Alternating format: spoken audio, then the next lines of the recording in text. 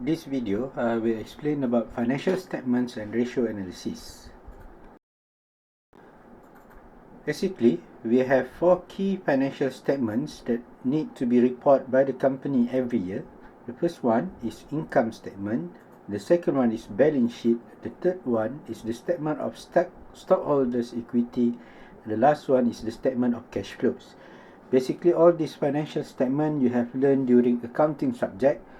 So I will just refresh everything here. The first one is income statement. So what is income statement? Income statements provides a financial summary of a company's operating results during a specified period. Although they are prepared quarterly for reporting purposes, they are generally computed monthly by the management and quarterly for the tax purposes. This is example of income statement for Bartlett Company. So you can see that in income statement, usually we start with sales. So you have total sales in the year, then you minus with cost of goods sold, you got gross profit. Then you must include all the operating expenses, for example, selling expenses, general and administrative expenses, wages, depreciation. So that's considered as operating expenses. So you minus all those items, you get operating profit. So after you get operating profit, or we call it as a earning before interest and tax, EBIT. Then you minus with interest expenses, so you get net profit before tax, or sometimes we call it as a net EBT, earning before tax. So minus tax, you get net profit after tax, or sometimes we call it as a net income after tax, NIAT. Then you minus the preferred stock dividends, so you get earning available for common stockholders. So this is example of income statement. So this is example income statement for individual or personal finance.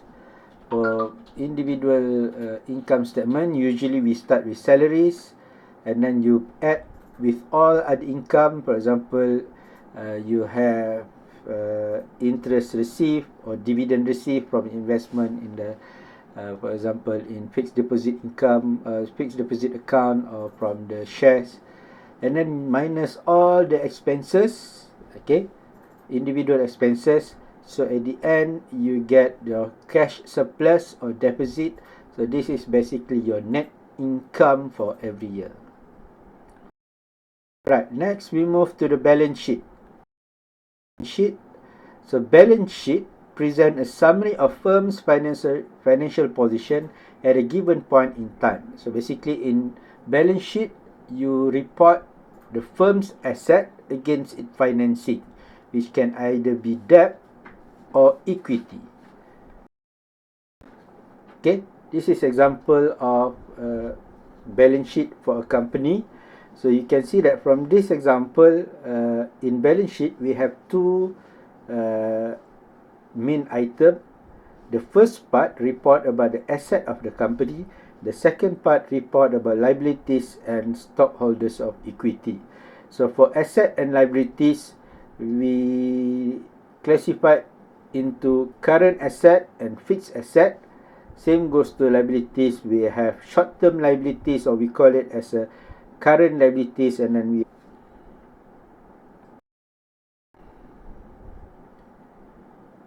so this is example for balance sheet for individual. We also have asset and then liabilities. So basically in the asset, you report all your asset, and liabilities, you report all your liabilities. For example, you loan, mortgage, and everything. So this is example for personal balance sheet. Next, we have statement of retained earning. So what is statement of retained earning? Statement of retained earning reconcile the net income earned during a given year and cash dividend paid with the change in retained earnings between start and at the end of the year.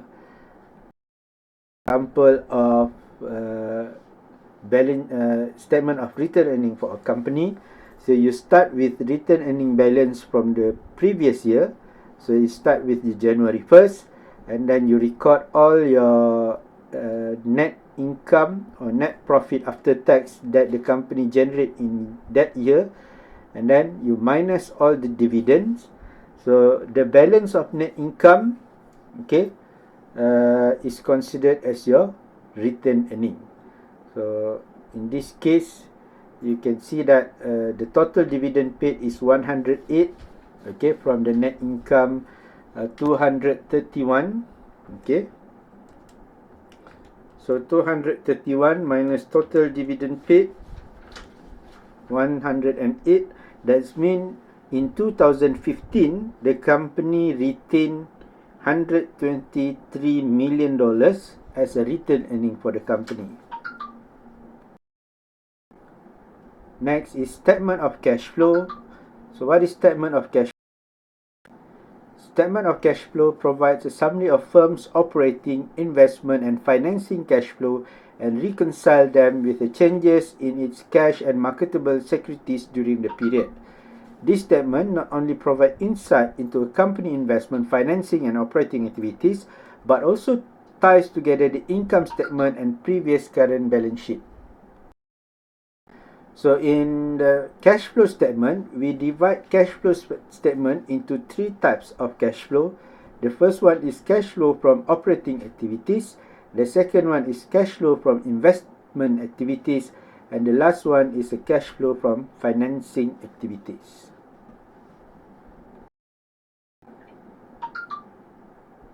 Next, we move to financial ratio analysis.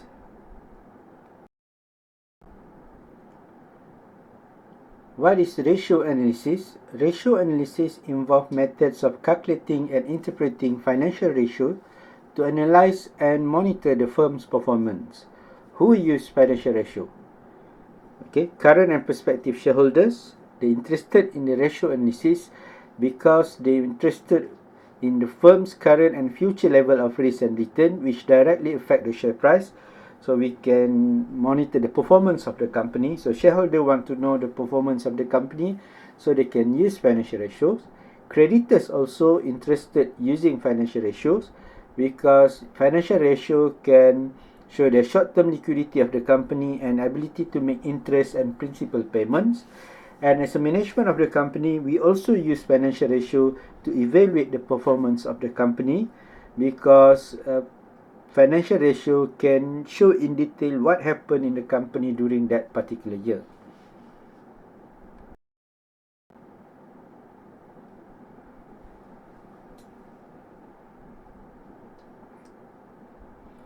Now we move to the types of ratio analysis or ratio comparison. Okay, so we have cross-sectional analysis.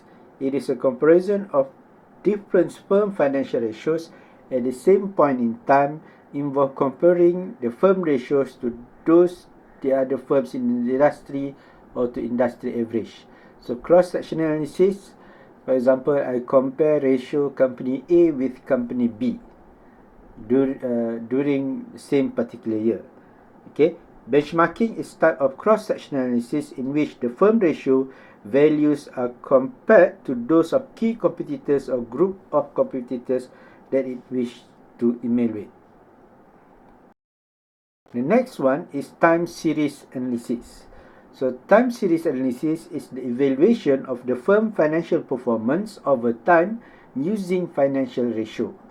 Okay, so for example, I compare ratio for my company from year 2015 until year 2020. Comparison of current to past performance using ratio enable analysts to assess the firm progress.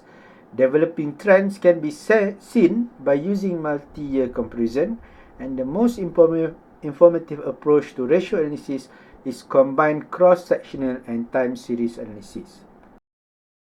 Okay, so this is the example of combined analysis where we combine cross-sectional and time series of Bartlett companies with the industry.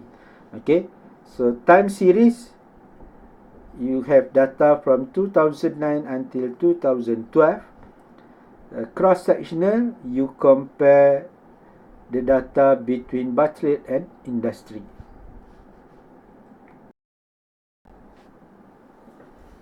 So when you use financial ratio, you must be careful, and these are some of the advice, cautions about using ratio analysis. First, ratio that reveal large deviation from the norm merely indicate the possibility of a problem. For example, let's say the current ratio for the industry, the average current ratio for industry is 1.5, and suddenly your company report current ratio around 10, there must be something problem with your company, even though the ratio number itself shows a good condition. A single ratio does not generally provide sufficient information from which to judge the overall performance of the firm. Let's say you just have ratio for one company for one particular year.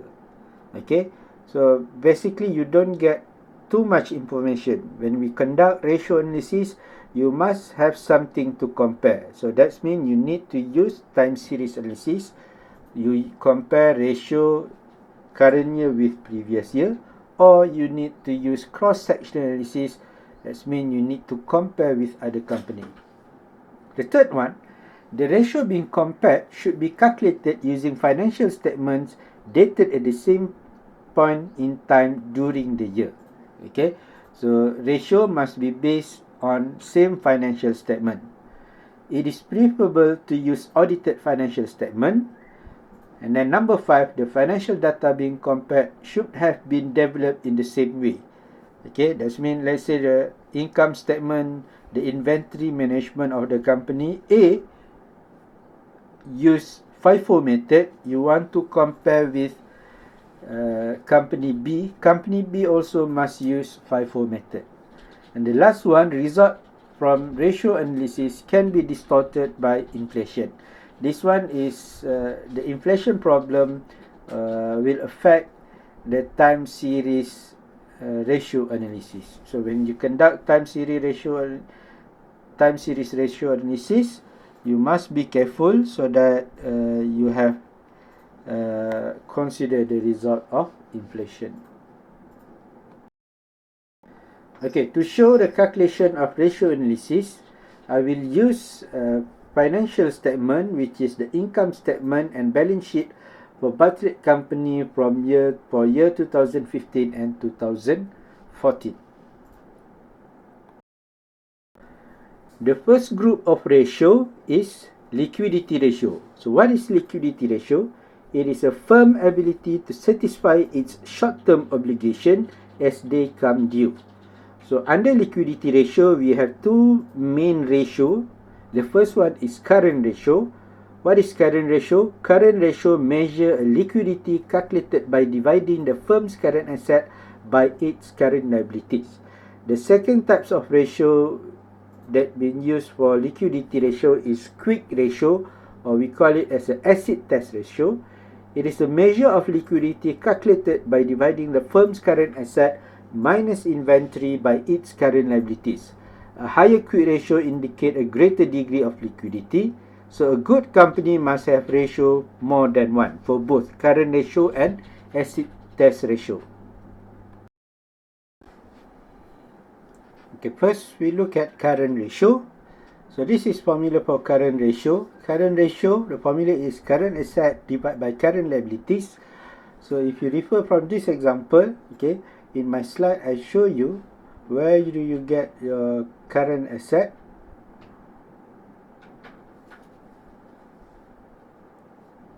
And your current liabilities. So for this company, the current asset is 1.223 million divided by current liabilities 0.62 million, so you get 1.97. So for current ratio, a higher current ratio indicates a greater degree of liquidity.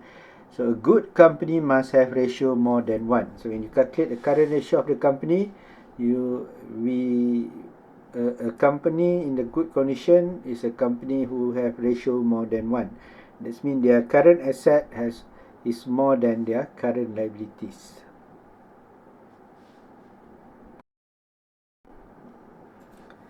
Okay, next is quick ratio or acid test ratio. The formula is current asset minus inventory divided by current liabilities. So from this Bartlett company example, current asset is 1.223 million, the inventory is 0.289 million, and the current liabilities is 0.62 million. You get 1.51. So a higher quick ratio indicates a greater degree of liquidity. So a goods company must have ratio more than 1. Next, we move to the activity ratio. So what is activity ratio? Activity ratios measure the speed with which various accounts are converted into sales or cash or inflow or outflow. So we have 5 types of activity ratios. The first one is inventory turnover. So inventory turnover measure the activity or liquidity of a firm's inventory. And then we have average age of inventory. It's measure the average number of days sales in inventory. The third one is average collection period. It is the average amount of time needed to collect account receivable. And then next we have average payment period, the average amount time needed to pay accounts payable. And the last activity ratios is total asset turnover. It measures the efficiency with which the firm used its asset to generate sales. So how to calculate inventory turnover? Formula for inventory turnover is cost of goods sold divided by inventory. So cost of goods sold, you can take it from income statement. So in this case, cost of goods sold is 2.088 million. Divided by total inventory, you get it from the current asset of balance sheet. So you get 0.289 million. So inventory turnover is 7.2 times. So a higher degree indicates a greater performance, but inventory turnover, it must be depends on industry average. Okay, you need to compare with industry average. From the inventory turnover, you can calculate average age of inventory. If the inventory turnover, the ratio is in time, average age of inventory, the ratio is in days, number of days. So to calculate average age of inventory, 365 number of days in 1 year, divided by inventory turnover. So 365 divided by 7.2 inventory turnover, you get from the previous slide. So you get 50.7 days.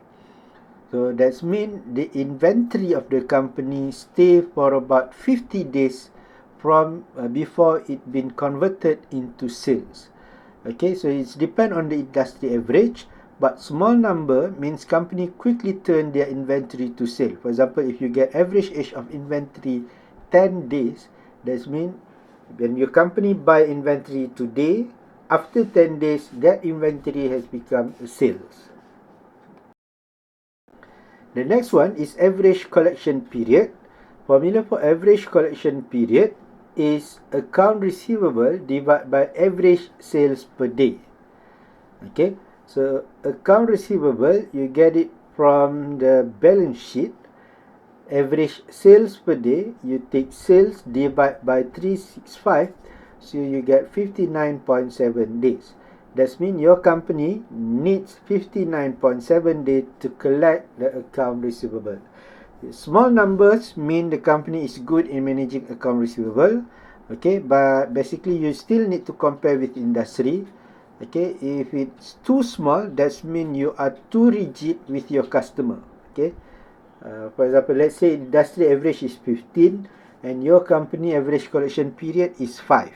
That means if you have sales today, okay, day 5 you already collect the payment from your customer. So it's maybe it is not good because maybe your customer can go to other company.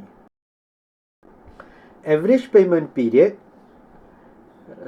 is the formula is account payable divided by average purchase per day. Okay, the difficulty in calculating this ratio because you cannot get annual purchase for the company. Usually it is not reported in financial statement. So let's say in this example, we assume 70% of cost of goods sold is the annual purchase. So cost of goods sold is 2.088 million. So 70% from that is considered as an annual purchase. This is just our assumption. Okay. So you get 95.4 days. That means the company takes 95.4 days to pay their bills, their account payable. Okay, small number means your company pay your bills very quick. Okay, you just take short time to pay your bill. So you can get a high credit rating. For example, let's say normally industry, the average payment period is 30 days. If your company takes 90 days to pay, that means your company takes too long to pay their account payable. So you get a low credit rating. The last activity ratio is total asset turnover. Total asset turnover is, the formula is sales divided by total asset. So a higher ratio indicates a greater performance. So that means how many times the company can use their asset to generate sales. So in this case, 0.85. Okay, that means if you invest $1 in the asset, this company can generate 85 cents as a sales. Okay, next we move to leverage ratio. What is leverage ratio? Leverage ratio is the magnification of risk and return through the use fixed cost financing such as debt and preferred stock. So basically we want to measure the debt of the company. So we have three types of ratio: debt to equity ratio, and time interest earned ratio. So debt ratio measure the proportion of total asset financed by the firm's creditor or financed by the debt. Debt to equity ratio measure the relative proportion of total liabilities and common stock equities used to finance the firm's total asset. Time interest earned ratio measure the firm's ability to make contractual interest payments, sometimes called as interest coverage ratio. How to calculate debt ratio? Total liabilities divided by total asset. So total liabilities is 1.643 million. Total asset is 3.57 million. So you get 45.7%. So high debt ratio means the company has high amount of debt. So that means the company has a high risk. So a good company has a low debt ratio.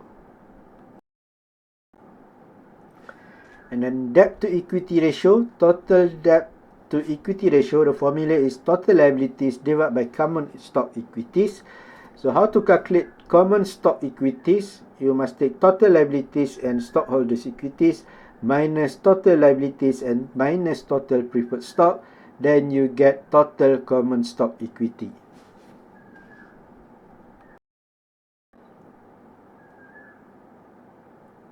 Time interest earned ratio, earning before interest and tax divided by interest.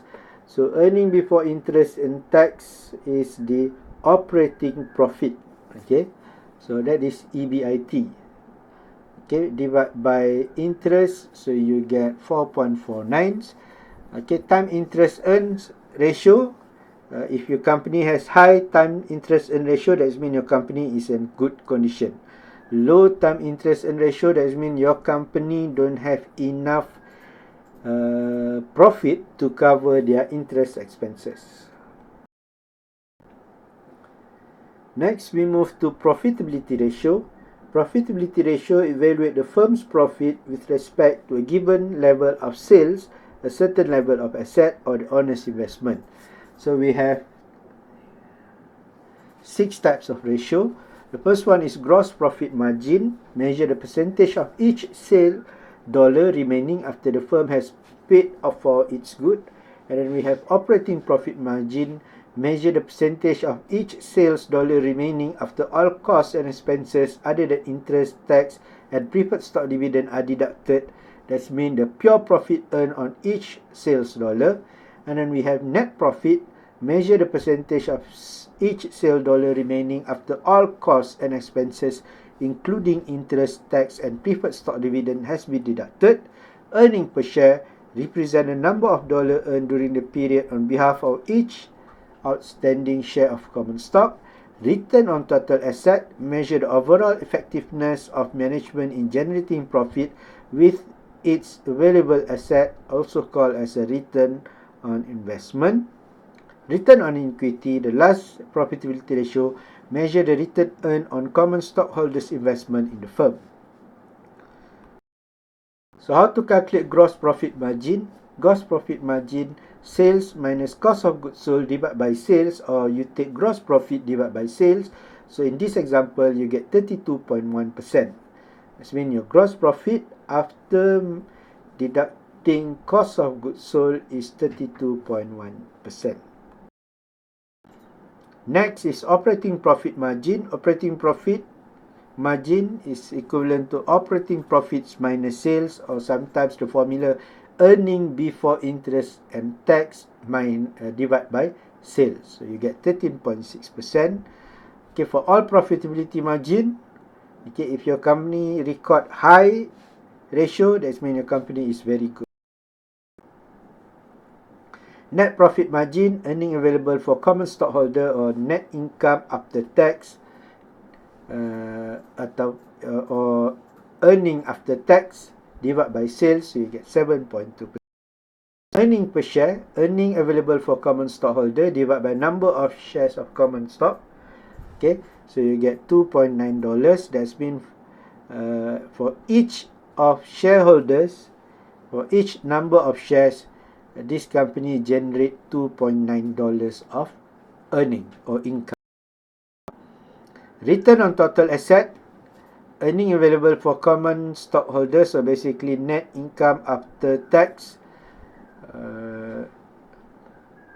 or earning after tax, 221,000 divided by total asset, in this case is 3.597 million, you get 6.1%. Okay, the higher the rate is better. And then the last one is return on equity, earning available for common stockholders divided by common stock equity, so you get 12.6%. The last type of ratio is market ratio. Okay, so price, we have what is market ratio? Relate to firm market value as measured by its current share price to certain accounting values. So we have two types of ratio. The first one is price earning ratio. The second one is market value ratio or book value ratio. Okay, so price earning ratio measure the amount of investors are willing to pay for each dollar of firm's earning. So higher the PE ratio, the greater the investor confidence. Market value ratio or book value ratio provide an assessment on how investors view the firm's performance. Firms expect earn high return relative to their risk, typically sell at higher market or book multiples. Okay, so PE ratio, the formula is market price per share divided by earning per share. So let's say the company has market price per share of $32.25, divided by earning per share recorded for this company is $2.9, so you get 11.12. If the company has high PE ratio, that means the company is very good. Okay, because investor willing to pay more for each earning that this company generate. The last one is market to book value ratio. Okay, the formula for book value per share, you take common stock equity divide by number of share outstanding, you get book value per share. And then market to book value per share, market price divide by book value per share, so you get 1.4. That the higher the ratio means investor willing to pay more, because the value of the company is only 23, but investor willing to pay $32.25. So 1.4, the ratio is 1.4. That means for $1 value for this company, investor willing to pay 1.4 ringgit. Okay, so this is example how we evaluate companies for liquidity ratio. Okay, for example, in this table you can see that the liquidity ratio for Bartlett company. Okay, we have time series here. You can use time series analysis. You can get the trend and then you can compare with the industry. Okay, so you can look at time series analysis. It is okay. The overall the evaluation here is okay, and then for cross sectional also okay. The company report almost similar with the industry. This is evaluation for activity ratios. You can go through by yourself. This is debt ratio. This is profit and market ratio. That's mean after you calculate ratio for the company, you need to either compare with the industry or you run time series analysis, or you can evaluate by combining cross-sectional and time series analysis.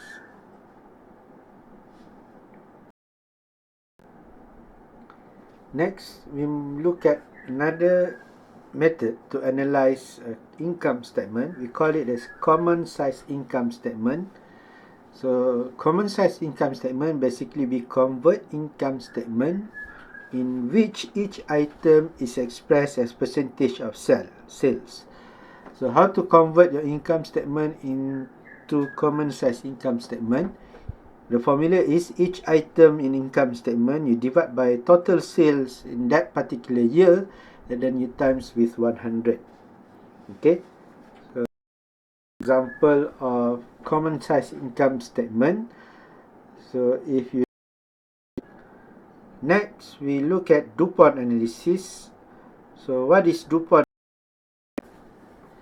So DuPont analysis or DuPont system is an approach that can be used to analyze the return on equity.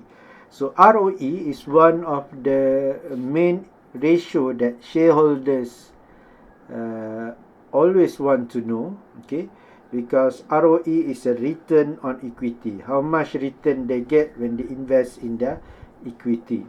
Okay, so by using DuPont system, basically the analyst can know what is the problem in the company by looking at the perspective of leverage, profit margin, or asset turnover. Okay. Now we look at what is the basic formula return on equity. From the previous slide, ROE, the formula is net income divided by total equity. Okay, so if the ROE is low, the problem of the company could be low net income or high total equity. Okay, so by using the normal or the basic ROE, you can only get information from these two items. Okay, if the company has low ROE, return on equity, it could be low net income or the total equity in the company is very high. Okay, so this is normal calculation for ROE. Okay, so in this case, the ROE is 12.6%. Okay, so if you look at this ratio, okay, this could be the earning available for common stockholder is very low because the company has a high cost of goods sold. Okay, from 3.07 million, okay, of sales, the company only can generate 200,000 of net profit. That means the expenses of this company is very high. So that's the main problem of this company. But is it true? So you can use DuPont system to get more information on the company. Okay. Formula for ROE for DuPont system. ROE is net profit margin times asset turnover times equity multiplier. try to calculate for the budget company, okay, you can get still same ROE, 12.6%. Okay. So from this example, okay, the net profit margin is 7.2%, asset turnover is 0.85%, and equity multiplier is 2.06. So we can say that, okay, the main problem of this company is in managing their net profit margin, because asset turnover 0.85 is almost to 1, so it's considered okay, and the company use quite reasonable amount of equity, because they also have a debt.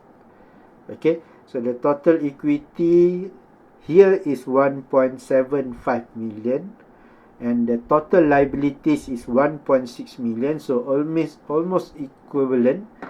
So that means the main problem here is ROE.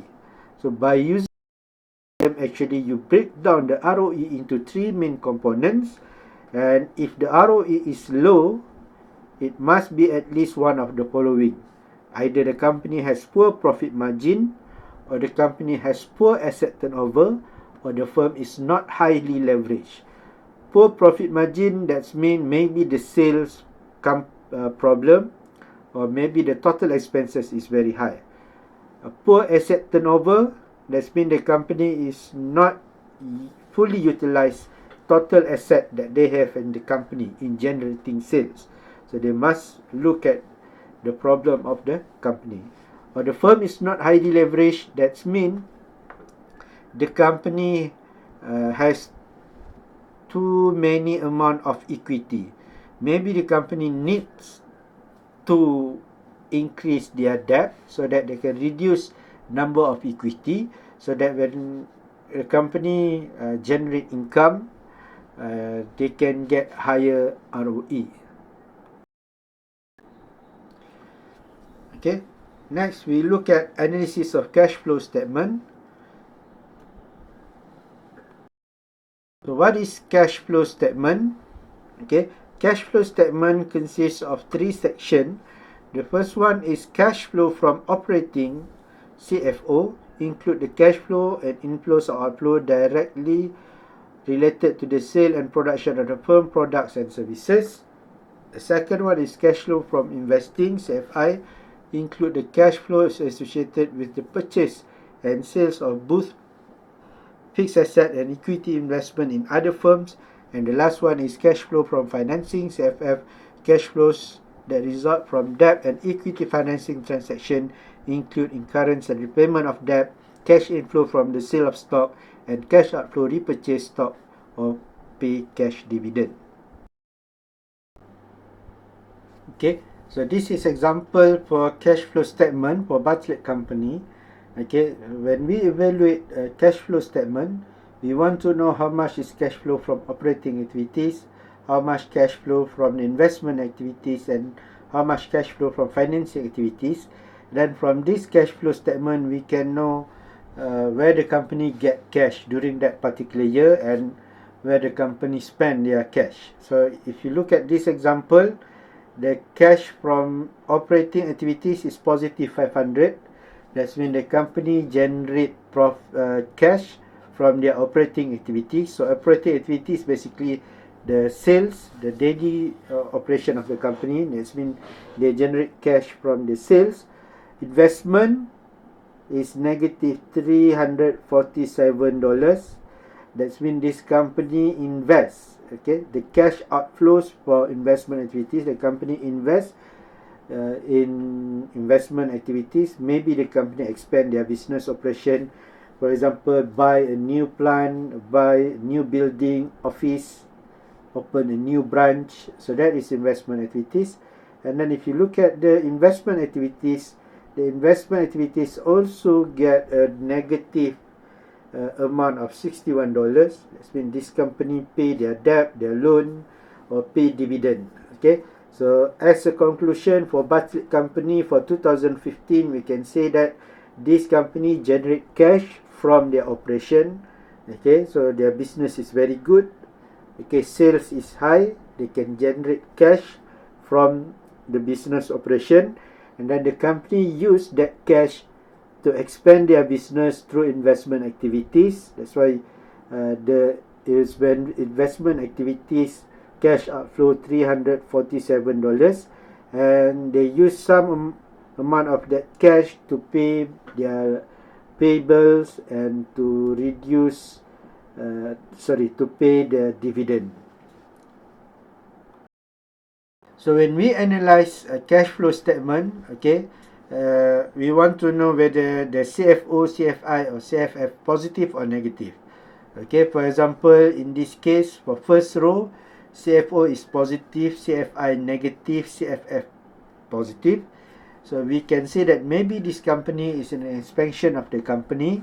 Okay, CFF financing positive, maybe the company make a new loan or issue new share, so they get extra cash, and then their business operation also make profit and generate cash. That's why CFO also positive. So this company use cash generate from the operation and financing activities to expand their company by investing in the asset. That's why CFI is negative. Here is cash outflow negative. Okay, so same goes to the other case. Okay, positive means the company get money, negative means the company spend their money. Second row, contraction of the company. If you can see that CFO negative, this is second row, CFI positive, CFF negative. So basically the CFI investing generate cash. That means this company, we can say that in contraction, or they try to reduce the size of company by selling their fixed asset. That's why they get cash from the CFI. And then that cash the company use to finance the operation of the company and to pay back their loan or to pay dividend. That means this company in the trouble, in the problem, because they need to sell the asset and then use cash from the selling of the asset to finance the operation and to finance the financing activities. Okay, alright. Example how we analyze cash flow of the company. Okay, so for example, this is cash flow statement for Petronas Gas. Okay, overall we can say that the size of company is growing from 2016 to 2020. Okay, because you can see that the number is increasing for each of the item. Okay, positive cash flow from operating cash inflow, it shows a good sign of business operation. The company is generating cash from operation activities. Most of the cash flow is generated from high sales and low operation costs, because the pre-tax profit is positive. Okay, so that is conclusion that we can make for the operation activities. You can see that the net operating cash flow 2016 is 2,761. In 2020 it become 3,216. Okay, so net cash flow from investing activities, the company is in expansion stage. Most of the cash go to the capital expenditure. So if you look at the investing part, there is a capital expenditure negative 1955 in 2016. Every year the company spend more than 1,000 for the capital expenditure, so we can see that this company is actually in the expansion period. Okay, and negative cash flow from financing cash flow, that means the company pay high dividend to the shareholders. You can look at the dividend paid, the roll dividend paid here.